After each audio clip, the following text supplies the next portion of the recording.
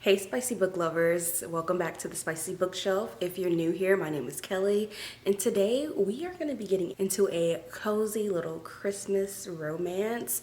It's a holiday romance book. It is a little bit on the steamy side, but today we're going to find out if it's steamy enough for you all. And to be clear, I know what you guys are going to say. It's almost February. However, if you watched some of my last videos, I did say that I was going to be wrapping up my holiday reads. You guys, Christmas is not over until you finish that last Christmas holiday book, and plus it literally just snowed in Georgia, so I'm still in a little wintry mood. It's cold equals Christmas to me, okay? Guys, really quickly, if you're into steamy romances, the sizzling chemistry, and just books that get your heart racing in general, you've come to the right place. Go ahead and give me a subscribe, and I'll be sure to keep these types of videos coming. Of course, I did explain to you guys before, I do read other genres, but I do enjoy the romance genre. I also want to take the time to thank my returning subscribers because I just hit 100, which I know is such a small number, but you guys, 100 subscribers and I've only posted 3 videos. I am over the moon. Thank you guys so much for subscribing to my channel. I'm so happy to be here. I've expressed to you guys before that I really love the booktube community. You guys are freaking awesome. And with that being said, I'm gonna start rambling because I get to yapping and I can't stop. So let's get right on into today's review. So if you guys haven't had a chance to go to your local bookstore, your Barnes & Noble, Books A Million, or a little small shop to read the back of the book, I'm gonna go ahead and give you guys a quick read of the back cover, just so you guys can know what's going on in The Christmas Tree Farm by Laurie Gilmore. And on top of that, I just want to let you guys know there will be no spoilers in this review, okay? So let's get to it.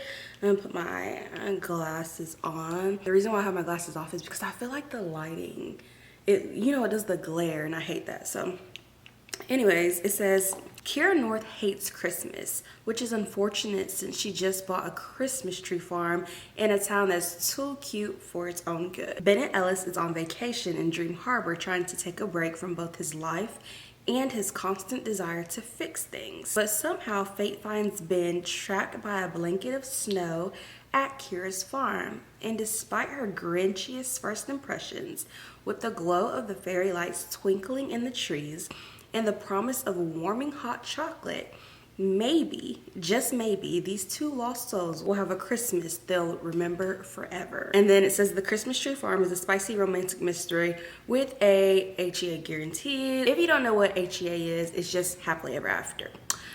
Okay. I have so many freaking thoughts when it comes to this book. Let's get into it. First, I do want to say, if you're looking for a more descriptive review of Dream Harbor just in general, I do want to encourage you guys to go and check out my previous book review. I reviewed the book The Cinnamon Bun Bookstore by Laurie Gilmore as well.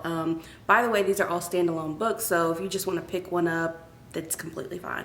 But I did talk more about the setting in that one, which of course the setting was in the Cinnamon Bun Bookstore. This one is just the Christmas Tree Farm. But like I said, if you want to know more about Dream Harbor, I would definitely go back to that review. So I want to get into the tropes of the story, okay? And this is not like information that you can't, this is literally on the back of the book too.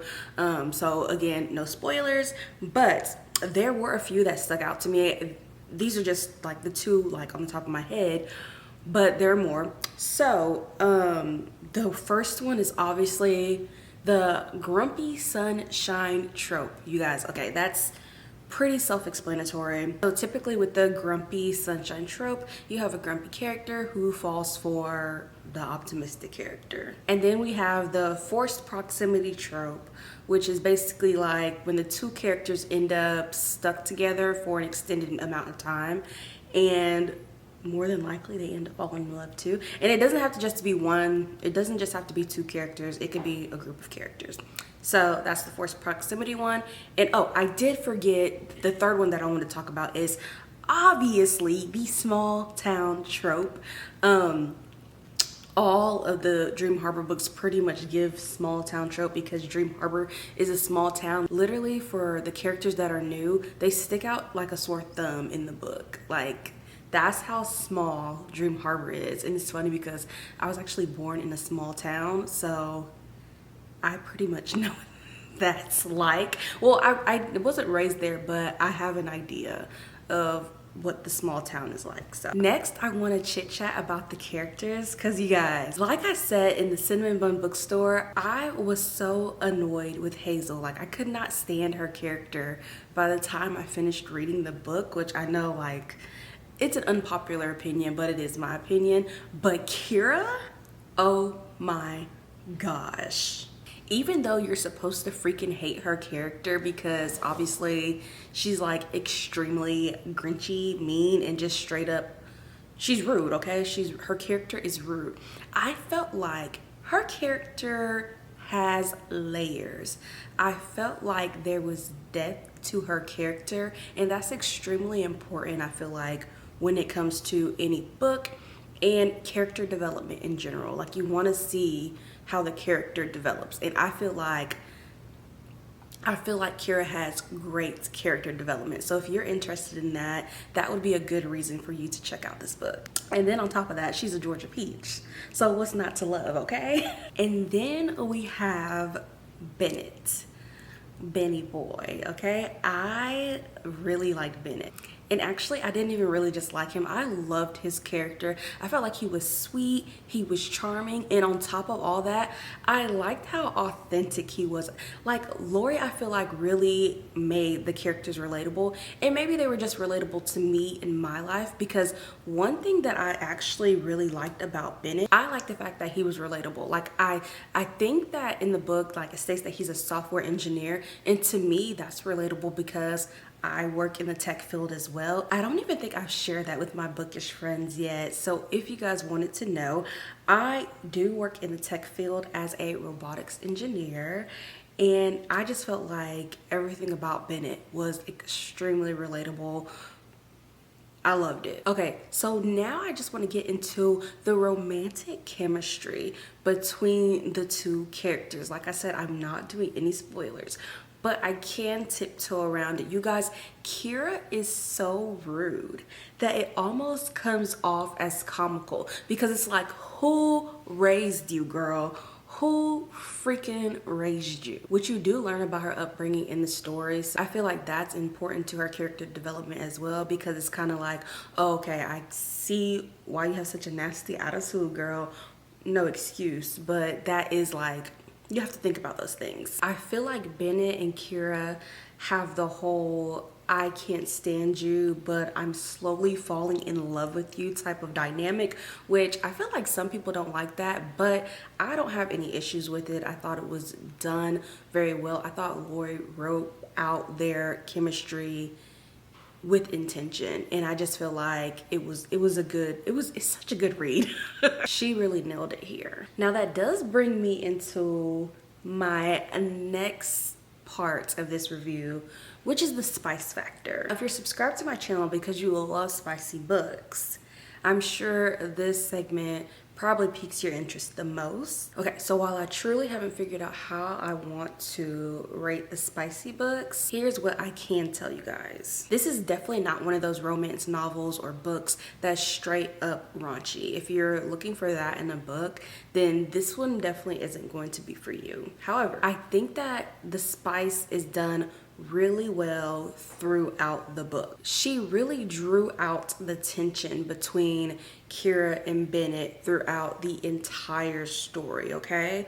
Which to me is good because, for one, I want to read the story. Like, I want a good plot. I want a good story. I want just good everything. So I feel like her drawing the tension between them out for so long, when you finally get to the spice, I feel like, first of all, it belongs there. You know what I mean? Like, it belongs there. and it's just good. So yeah, I pretty much just have an appreciation for how the spice was done in this book. I do want to reiterate that the spice was done tastefully, because when it goes down, oh, it was going down. They were at it. I think, like I said, the spice is very minimal. It's a low spice book, but it's still really good. I am very interested in how you guys think that I should rate the spice books from now on my channel. I was kind of thinking of doing like the 1 through 5 chili peppers, but then I have to figure out what is categorized as a 1, 2, and so on. So that's my only debacle. I think I'm gonna have to do some research on my own on how I want to really categorize each chili pepper. Overall, The Christmas Tree Farm is such a sweet and cozy read. If you guys want to add it to your holiday TBR, go ahead and do that for those cold wintry months. Snuggle up with a blanket, grab some hot chocolate, sit by the fireplace, and just go at it with the book, because it's only, I think it's only around 300 pages. It's a short little holiday read, and I truly don't think you'll be disappointed in it. The characters Kira and Bennett are adorable, the tension is delightful, and it's just full of Christmas cheer. So I feel like overall, I said the spice in this one is definitely mild.